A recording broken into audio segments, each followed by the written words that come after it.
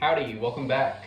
Today I want to make a video about something I've thought about a lot. I've written a blog post on it, and I think a lot of people think about it who are maybe earlier in their careers or switching careers or striving for something new, some sort of new goal. It's not about what to work on or how to work on things well. It's about how to increase the chances that you get luckier with the things you're putting out in the world. So maybe you're starting a new YouTube channel and you're only getting a few subscribers, or you're starting a new Substack or blog and you are hoping it blows up, or you programmed a new app and you are hoping that it gets featured in the App Store, starting a new podcast, these kinds of things. So beyond the work, how can you increase the chances that you get lucky in your career and in your life? It doesn't have to apply to things like career or projects or businesses or anything like that. It can just be in general how to increase the chances of getting luckier. And so I want to kind of go through some of my thoughts on that because it's something I've reflected on a lot. And when I've experienced that moment of getting lucky or having a flare of good chances, it's a really great feeling. And so I wanted to kind of share that with everyone. So the number one piece of advice that I'd start with, and that I think others echo as well, is to increase your shots on goal. So if you want to score goals, so to speak, whatever that looks like for you, you're more likely to the more often you take shots at things.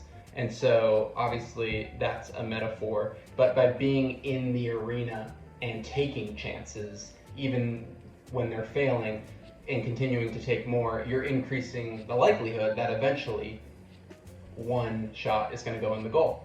So getting comfortable with rejection and failure, Stephen King has that awesome story about him nailing all his rejection letters on the wall, and eventually it got so heavy that the nail fell out of the wall and he nailed a new one up. And I think being not proud of failure per se, but not ashamed or scared of it is very important. That's a part of most people's paths, unless you're some sort of prodigy or you just get lucky Luke Skywalker style and shoot the perfect shot your first time. For most of us, there's going to be misses, and that's totally fine. And just generating that mindset and that muscle of continuously trying and not being afraid to launch new things again and again is really important for getting lucky. The next one is kind of related. A lot of these are related, but increasing the length of time that you work at something. So let's take the YouTube channel example. If you create 10 videos, right? That's a lot of shots on goal per se, not in the long term, but let's just say for the sake of the argument, you put 10 different videos out there, and so that's pretty good. But if you stop then, your long-term chances of success decrease significantly. Whereas if you approach creating something new like a YouTube channel as kind of a marathon runner rather than a sprinter, then you're going to increase the amount of time that you work on it, and therefore you're increasing the surface area of your potential luck. So if someone only starts a YouTube channel for 6 months and then gives up, the chances of me finding them now in 2023 and being excited and subscribing obviously go way down. Whereas if someone starts a YouTube channel and has been working at it for 5, 6, 7, 10 years, then the chances that you'll eventually succeed are almost inevitable, I think. Like, not only are there built-in mechanisms like you getting better at video editing, you defining your audience and the topics you enjoy more clearly, becoming a better speaker, and all those sort of skill acquisition things that come from working at something for a long time, but also some of the cooler things like connecting with other creators in the community for whatever the space you're in is, and increasing the chances that other people see your stuff and want to help. Those all go up. So working at something long term is one really important way that I've personally been focusing on. Like my blog, I started in 2017 and I'm trying to write consistently. And there's the deeper thing here of you want to work at things that you enjoy, and that's almost a whole completely different topic. But I have the long-term mentality of I'm going to write forever. I love it, and I'm going to keep getting better at it. And you get this kind of reinforcement loop that way. And the chances that more people find my writing just by chance is going to increase over time. So if you quit too early, you're decreasing your chances that the thing will ultimately pay off and be successful. And I've kind of reframed that for myself. Like, a lot of the times we feel like we're not successful at something we tried at is really just more accurately described as we were impatient. And that's okay. I think it's natural to be impatient. And sometimes it can be a year, 2 years, 3 years before you get any traction. So it's understandable that people quit. But yeah, being patient with it and staying in it, staying in the race for longer, increases your chances of luck. And there's a slight caveat here. The power of discernment is an underrated skill, because it is important to recognize when something's not feeling right for you and when it's not, the way you're doing it isn't working and you need to change. So you have to be aware of that and adapt. It's less of just stubbornly hitting your head against the same wall and hoping it falls down so that you can get to the other side. Realize that that's not an effective way to get through, and find a new way around. The next one is meeting more people. So I feel like really a lot of times what we mean by luck is other people seeing things and promoting it, seeing our work and promoting it, sharing it, joining it if it's an app, or a Substack subscriber or a listener. And so by meeting more people, and I don't mean sort of strategic networking, I just mean meeting genuinely cool people that are interested in the same things as you are increasing the chances of getting lucky, because most successful things, I think, require that sort of groundswell of support and those sort of opportune connections with other human beings, almost by definition. When I was living in Brooklyn, studying engineering, myself, my fiance Tessa, and my best friend Camila, who's an industrial designer, we started a freelance practice. And we didn't really know what that would look like. We just knew we wanted to work on something together. And one night I was eating dinner by myself in the Village and wearing my NYU School of Engineering hat, and there were people sitting next to me who noticed it, tapped me on the shoulder, and we started talking. And eventually I found out that they had a product that they were envisioning and wanted to launch, but they didn't know where to start and how to prototype it and how to get investment. And just by complete chance, we got our first paid contract, and it turned out to be this great bigger thing. So just being open to that sort of serendipity in terms of people is important. Related to meeting more people, and kind of a way to meet more people, is the next point, which is just do more things. And this is kind of like, go to more events, join some clubs, experiment. You don't have to stick with those things if they don't feel right. Read more blogs and articles, and figure out who wrote them if you love them, and reach out and say you love it. Listen to different people than you normally would. Change your routines, get out of your normal cycle. Learn new skills, try new hobbies, all these things. Just do more things in general, and kind of in different directions, and you're going to increase the chances of sort of that serendipity. You might meet, that might be a way to meet a co-founder, for example. If you're sort of the businessy product manager type and you need a technical co-founder, you're not going to meet them. Like, it's not likely you're going to meet them by just going to sort of your standard businessy talks and things like that, or your circle on Twitter that's all about business and finances and the economy. You need to go to the circles where technical people hang out. So try joining a hackathon, or joining a club of programmers, or whatever it is. Read more technical Substacks and figure out what those people are like, that sort of thing. Just do more things in general if you want to get lucky and try to sort of change things up. Related to that is be in the right place. And so that one's a little trickier, because that can mean physically, but it also applies digitally. So if you launch a product that is meant for chefs, it doesn't make sense, obviously, to be promoting it just in general to people who use apps or services. You want to target the audience that you're aiming to serve, and that your users will come from. So you would want to find subreddits for chefs and for people interested in cooking and all of that. And I feel like that's been talked about a lot. But also physical space, like I mentioned with like going to a hackathon or something.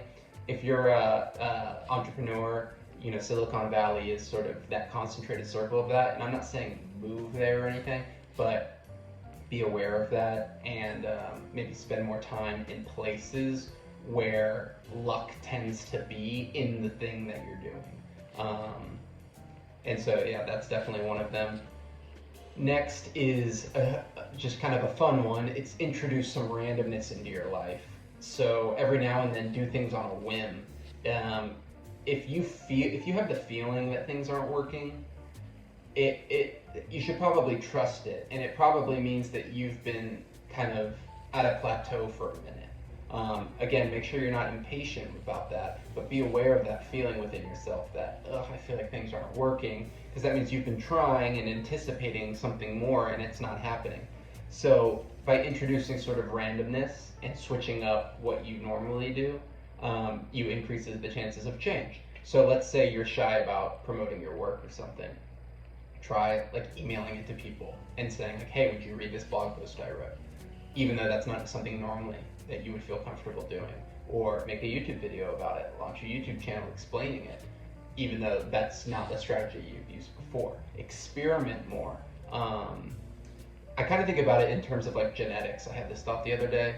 Like one of the ways evolution works, like one of the key principles of evolution in order for it to work is random mutation.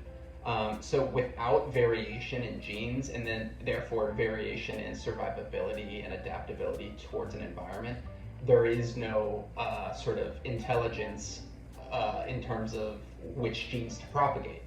And so if you just keep your same code, your genetic code, or your same algorithm for success, and it's not working, first of all, you have no comparison to say this strategy is not working as well as another. But also, you're not going to increase the chance of survival if you don't have random mutations in your routines. So, like I said, instead of just posting your thing on Substack and hoping for organic followers and people to find it, tweet it, tag people, hey, I think you would like this. Try new strategies, and that introduces the chance of stumbling upon a strategy that is more optimal for success. Kind of like I'm talking about, the next point for increasing the chances of luck are sharing your work more, sharing the things that you're hoping will sort of hit. It's an obvious one, but I feel like a lot of us, myself included, get a little shy about that. Maybe you're not comfortable self-promoting and you don't want to seem like you're trying to put the spotlight on yourself all the time. But if you don't share your work, people aren't going to know what it is you do. Like, I kind of had that realization, which is fundamental, of course, but everyone's living their own life and focusing on their own things that they're wanting to succeed and get lucky at. And everyone has limited time, especially now with all the options available to us. And so learn to be comfortable sharing your work again and again. Like, let's say you've created an app and you've posted about it once on your Instagram and you've tweeted about it once and you launched it on Product Hunt. And then now you feel kind of weird about doing those things again because you don't want to spam people, right? But there's, especially with algorithms like on TikTok and things, it's more than likely that people have not seen that thing. Like, you've thought that everyone's seen it because you've shared it and it was this sort of momentous launch from your perspective of this big thing that you put out in the world. But most people, even if they saw like the Instagram story, they weren't consciously thinking, oh, so-and-so just launched this new thing. Interesting, it does this, this, and this. So be comfortable sharing more and sharing again and again. Of course, by sharing more frequently, you're increasing the chances that the right person or the right people see it because they may have not seen it the first time. And so just becoming more comfortable with that. Related to sharing your work, but slightly different, is sort of shipping your work more often. Getting things to a final state. Like, I think a lot of us, let's say you're like an illustrator or you make music, a lot of us will have demos or we'll have kind of sketches, and we're posting those all the time and posting photos of us in our studio, and we feel like we're sharing things all the time, but it's important to ship finalized versions of things, even if that's an MVP, and obviously things iterate over time. Give people something to hold, and I don't mean necessarily physically. It doesn't need to all be hardware. It doesn't need to be physical prints, but give people shipped, completed projects, a finished blog post, a finished YouTube video, a finished song on Spotify, Bandcamp, a finished piece of art, an app, a finished MVP Google extension. If you don't give people the chance to click around and see what you're doing and play with it and give feedback, then the quality of feedback isn't going to be there. And you're not going to see how people respond to your work in a realistic way. And it's also just fun. So get comfortable shipping things. And in general, in terms of shipping products and shipping projects, be comfortable sharing things sooner than you feel comfortable. Get comfortable with that idea of a minimum viable project, because things iterate over time, and no one's going to go and say, your first version was so shitty, I'm not going to use your final version, that's great. It just doesn't make sense. And there's countless examples of that. Like if you go and look at Airbnb's website in the beginning, it's just an atrocious website from the point of view of visuals and UI and even UX. Like a lot of the bookings were clunky. There wasn't a maps feature to see where the house you were going to rent is in the city. And so you have to get comfortable shipping leaner versions of things, but present them as complete rather than just, hey, I wrote this sentence in my notes app. Put it in a blog post, make it feel cohesive so you can get adequate feedback and hopefully get luckier. Kind of, I guess, an obvious one as we're wrapping up is just start asking for what you want more. And I don't mean in a magical universal way of asking the universe for what you want. I mean literally asking people more, articulating that for yourself and for others. So when you share something, hey, it would mean a lot if you read this and left a comment. Hey, it would mean a lot if you check this out and let me know what you think. Or if you made an app or launched an extension or some sort of software product saying, hey, if you could, I would love it if you signed up for this and clicked around and let me know what you thought. Or apply for the job and say, hey, I would really love to work for you. Just articulating things more explicitly rather than just putting it out there and saying people know what I'm asking for because it's clearly an app, so people clearly know I want them to sign up. Just spell that out for people. It increases the chance that people actually will and that you might get what you want.